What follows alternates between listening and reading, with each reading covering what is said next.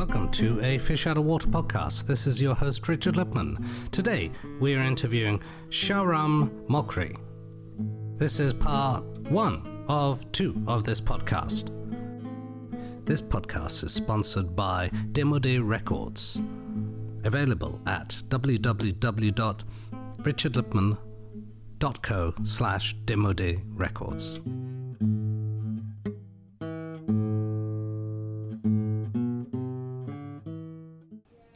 My name is Shahram Mokri, and I'm doing this interview for Fish Out of the Water podcast.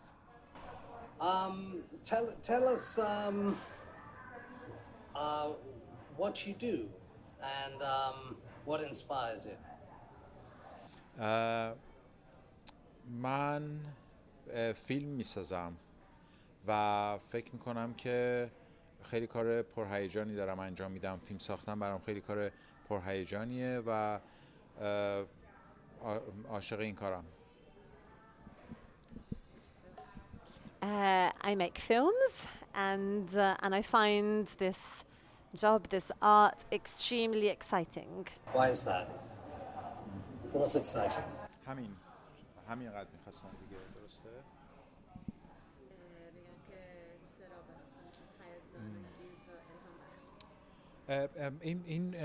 این یه رویایی بوده که من از دوره کودکیم داشتم. یعنی یه پدر خیلی علاقه‌مند به سینما داشتم که آلبوم‌های عکس هنرپیشه‌ها رو جمع می‌کرد از سراسر دنیا و موقعی که ما می‌خواستیم بخوابیم، من و برادرم برای ما داستانایی در مورد فیلم‌ها تعریف می‌کرد و این ایده از بچگی در ذهن من اومد که تنها چیزی که میتونستم بهش فکر بکنم این بود.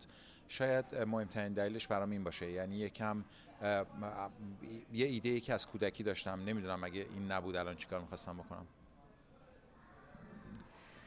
I think it has to do with my childhood, the fact that my father was very much into cinema. He had all these albums where he collected photographs of actors and actresses from all over the world.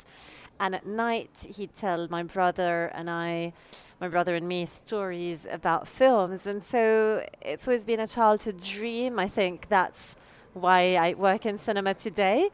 And if I didn't have cinema, I really don't know what I'd do.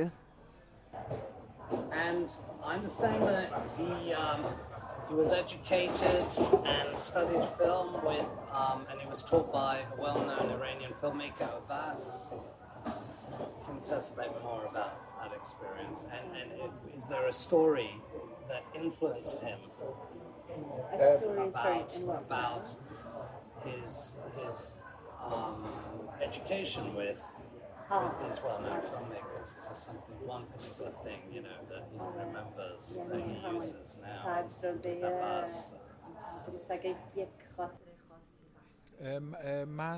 من توی تهران سینما خوندم و مدل درس خوندنم اینطوری بوده که تکنیک خیلی اهمیت داشت توی دانشگاهمون، که دوربین چیکار میکنه، لنز چیکار میکنه و در مورد سینمای کلاسیک اونجا درس میخوندیم.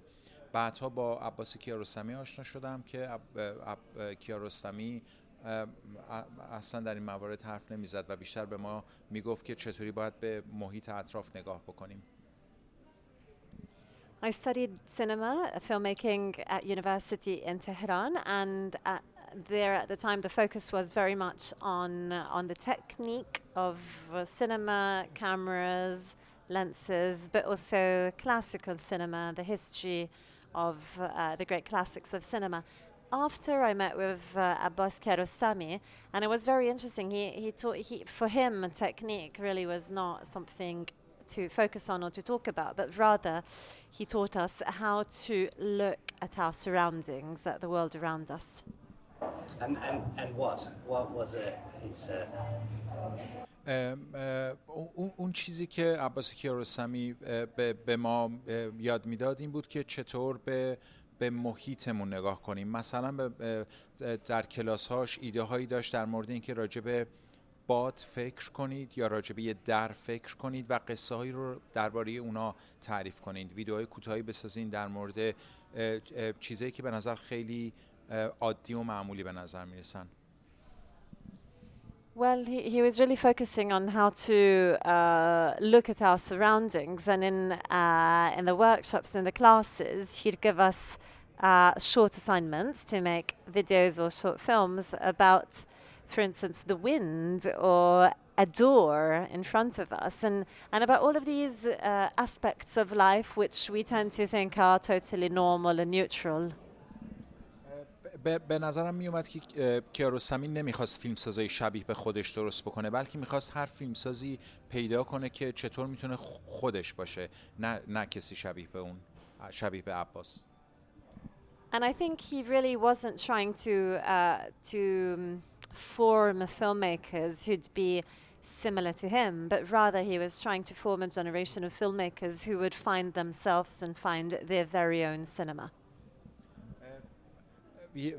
یه شب من توی خونه بودم، دومین فیلمی که ساخته بودم اسمش هست ماهی و گربه، و آقای کیارستمی به من تلفن زدن و توی تلفن به من گفتن که من بعد از اینی که یه فیلم خوب میبینم بیرون که میام یه سیگار میکشم.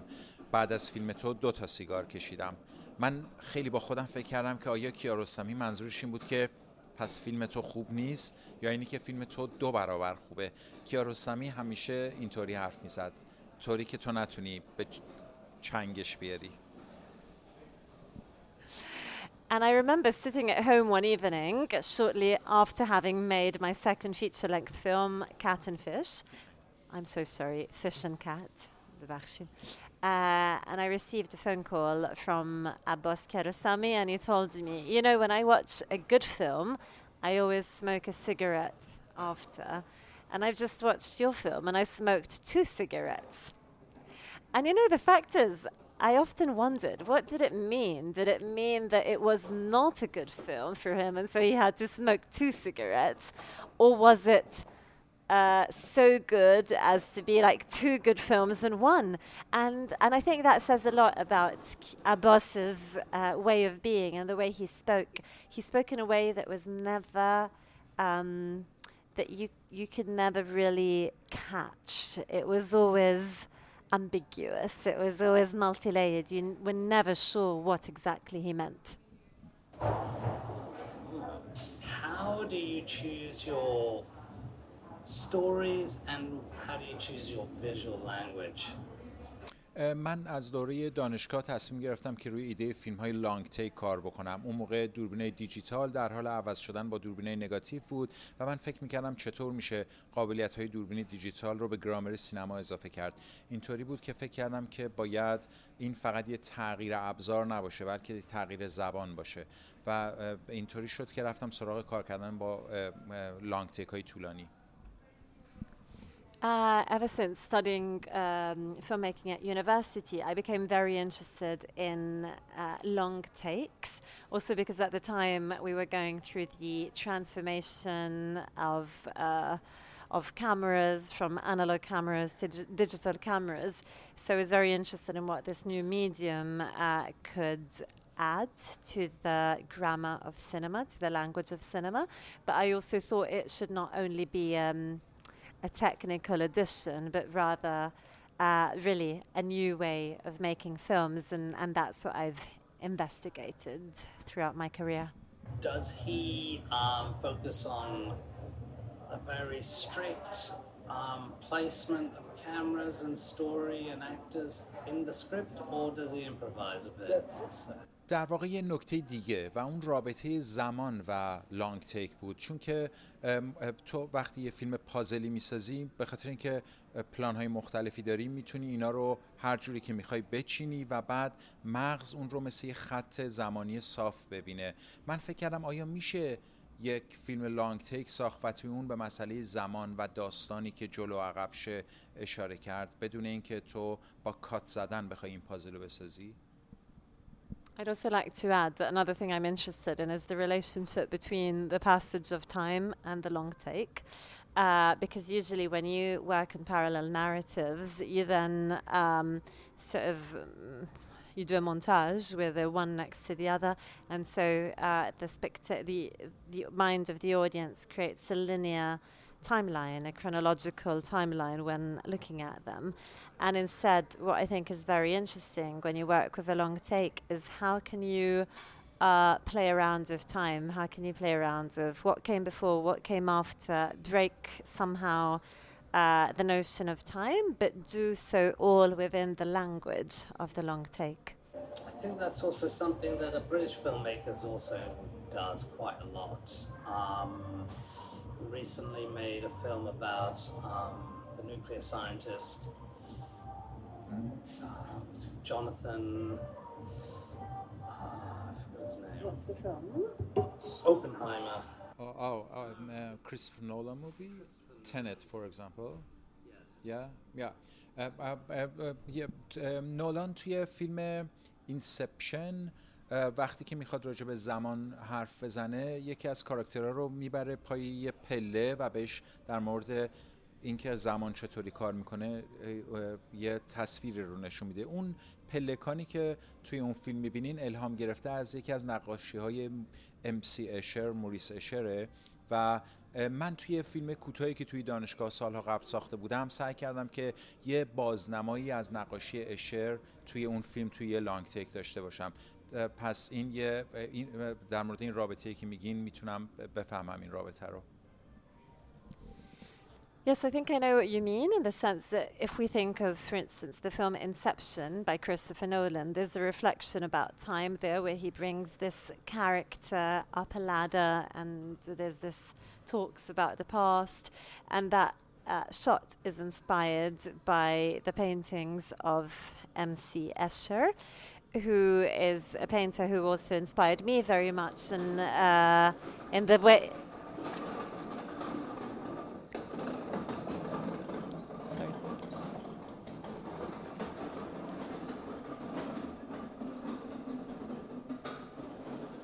And in fact, what I tried to do was to see if I could take Escher's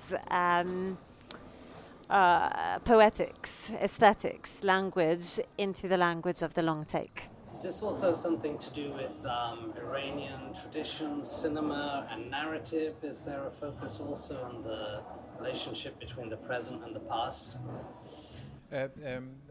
این توی سنت این یه سنت قدیمی در سینمای ایران نیست. یعنی سینمای ایران ترجیح داده همیشه در مورد داستان‌هایی که فرم‌های پنهان‌تری دارن صحبت بکنه. یعنی بیشتر راجع به روابط آدم هاست و راجع به روابط بین کاراکتر هاست و شاید از این نظر فیلمایی که من کار میکنم یه کار تازه‌ای باشه توی سینمای ایران.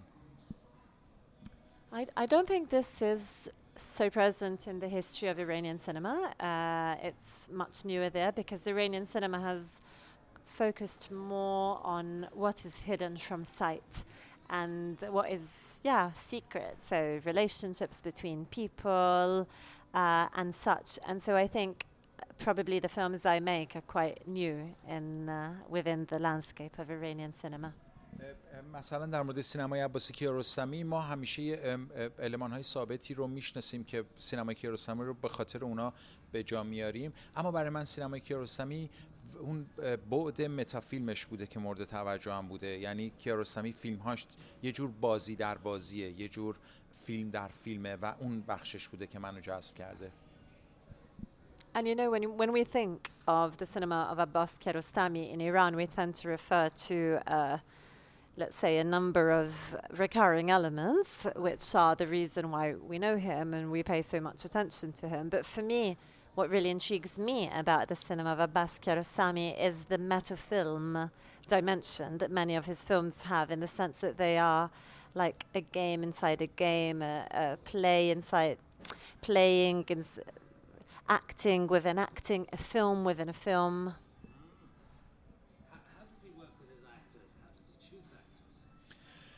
فیلم آخر خیلی کار پیچیده‌ای بود برام، به خاطر اینکه باید بازیگرا رو از تاجیکستان انتخاب می‌کردم. تیم کارگردانی قبل از من به اونجا رفت و ویدیوهایی از اونجا برای من میفرستاد و این کار رو اینطوری از راه دور انجام دادم تا وقتی که به اونجا رفتم و بازیگرا رو اوکی کردم. اما توی فیلم‌های قبل‌ترم دنبال بازیگرای تئاتر می‌گردم، چون که اونا توی اجرا کردن پرفورمنس‌های طولانی بهتر هستن و فیلم‌های من پر از لانگ تیک‌های طولانیه. So my latest film, Black Rabbit, White Rabbit, is a bit different in the sense that it had a very long and complex casting process because we needed to select lots of Tajik actors, and so I sent my film crew in advance, especially my ADs, to do a pre-casting in Tajikistan, and they'd send me videos, and then finally when I got there I did a sort of final selection. But for my previous films, I've always selected and looked for theatre actors because I find that they are better at working on long takes, and my films are full of long takes, so they just perform better. Right, and is it difficult to raise money in Iran for films these days, or is there a political element where you've got to be careful what you say? ببینید توی سینمای ایران ما به نظر من سه دسته فیلمساز داریم اگه اینطوری بخوام حساب کنم. بعضی از اونها به دولت خیلی نزدیکن، برای اونها پیدا کردن پول خیلی ساده است. بعضی از اونها با تهیه کننده‌های خصوصی کار میکنن که مثل همه جای دنیا با فیلم‌های کمدی بیشتر کار میکنن به خاطر اینکه توی گیشه فروش داشته باشن. و یه دسته سوم که ما اسمشون رو توی ایران گذاشتیم فیلمسازان مستقل، اونا همیشه پیدا کردن پول براشون سخته، به خصوص اینکه حاضر نیستن به دولت نزدیک باشن چون نمیخوان زیر سانسور دولت تا اونجایی که ممکنه کار بکنن و این کار رو براشون خیلی خیلی سخت میکنه. بله، شاید یکی از دلایلی که من فیلمم رو با سرمایه گذار بیرون از ایران ساختم این بود که پیدا کردن پول برای این فیلم‌ها تو ایران دیگه سخت شده. So I think it might be helpful to think of filmmakers in Iran in three categories. So the first category are filmmakers who are very close to the regime and for whom, therefore, raising funds is easy. Then there's a second group of filmmakers who work with private producers and tend to make comedies and so have sort of big box office successes. And then there's a third group. In Iran we call them the independent filmmakers who do not want to be affiliated with the government, also because they don't want to the extent that they can, work within the censorship system. And so, of course, raising funds for them is always difficult, and perhaps it's become more difficult than it was before, and perhaps that's why this time around I've worked with foreign investors. Just one more. در حال حاضر فکر می‌کنم بزرگترین چالنجی که بین این دسته سوم فیلمسازان مستقل در ایران وجود داره اینه که آیا اونا باید فیلم خوب بسازن اما مثلا قوانین دولتی رو رعایت بکنن، یا باید برن توی سینمای آندرگراند و سعی کنن اونجا فیلم بسازن هرچند فیلماشون کامل نباشه اما اصلا به قوانین دولتی گوش ندن. فکر میکنم این بزرگترین چالشی که این گروه سوم دارن که اونا رو تبدیل کرده خودش به دو تا دسته جدا از هم. And then I think there's another major challenge that faces the independent filmmakers, and it's whether to decide to work within the boundaries of censorship and push them as much as you can, but then that allows you to actually film without. I'll just add this contextual note, Shahram John, if I'm adding anything too much, please tell me. But basically means that you can shoot on location and also that then your cinema can be shown in Iranian cinemas, and so have a direct relationship with the audience, with the Iranian audience, or instead make a film underground, which also means you're always shooting with great anxiety and in a hurry, and you're never sure if you can actually complete the shoot or shoot the film you wanted to. And where we are at the moment, the problem is that the independent filmmakers have split into these two factions. I think there was a film that was made recently about sort of political situation with females that was made without much permission, apparently, in Iran. It's quite a well-known film, I think, recently. فکر میکنم که بعد از جنبش زن زندگی آزادی تو سینما ایران یه زلزله به وجود اومد و مخاطب دیگه نمیتونست اون تصویر سینماتیکی که قبلا ما از زنان توی فیلم مثل قرارداد که حجاب رو داشتن اما در زندگی واقعی میتونستن اونجوری نباشن، تماشاگر دیگه اینو از ما نمیخواست و همین باعث شد که بخش بزرگی از فیلم‌های زیرزمینی که تو ایران ساخته میشه حتی لزوما فیلم سیاسی نباشن، اما چون فقط میخوان یه تصویر واقعی نشون بدن اونا تبدیل شدن به فیلم‌های زیرزمینی. فیلم My Favorite Cake، کیک محبوب من از بهتاج صنایع و مریم مقدم، فکر کنم یکی از این دست فیلم‌ها بود. So I think what's happened is that after Women Life Freedom, there's been an earthquake inside Iranian cinema, and this has to do with the fact that the audience no longer wants to accept the previous long-standing cinematic convention whereby women were always shown wearing the mandatory headscarf in films, even when it did not correlate to the way women would sort of be dressed in real life.